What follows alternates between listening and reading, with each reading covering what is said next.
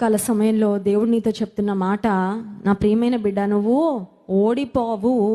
నువ్వు నాతో ఉన్నంత కాలం, నేను నీతో ఉన్నంత కాలం నువ్వు ఓడిపోయే ప్రసక్తే లేదు. నువ్వు ఎలా పోరాడాలో నేను నేర్పిస్తాను. పోరాడుతూ ఉంటే నేను ఒంటరిగా చూస్తూ ఉండను, నేను నీ పక్షంగా పోరాడతాను, నేను నీకు జయమిస్తానని. విశ్వాస జీవితంలో మనం ఎదుర్కొంటున్న ప్రతి పోరాటమును దేవుని కృప ద్వారా జయించడానికి దేవుడు మనకు సహాయం దయచేయనుగా. అంటే, నా బిడ్డ, ఎందుకు దిగులు పడుతున్నావు? ఎందుకు ఏడుస్తున్నావు? ఎందుకు బాధపడుతున్నావు?